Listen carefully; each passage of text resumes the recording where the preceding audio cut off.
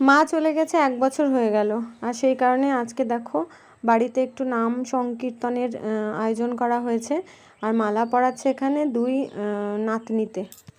কি সুন্দর দেখাচ্ছে না?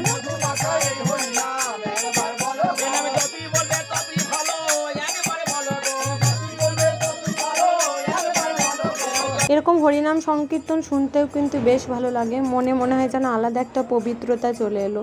আর আমাদের বাড়িতে আলোর ব্যবস্থা ভালো ছিল না, বা আলোর ব্যবস্থা নেই বললেই হয়।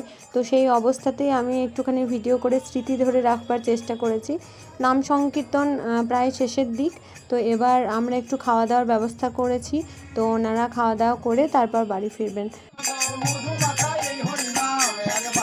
আমার পুচকাইটা এখানে কি খাচ্ছে দেখো। কি খাচ্ছ? ছচা খাচ্ছ? তো হরিনাম সংকীর্তন সব শেষ হয়ে গেছে, এখন ওনাদেরকে খেতে দেব। তো চলো বন্ধুরা, আজকের মতো ভিডিওটা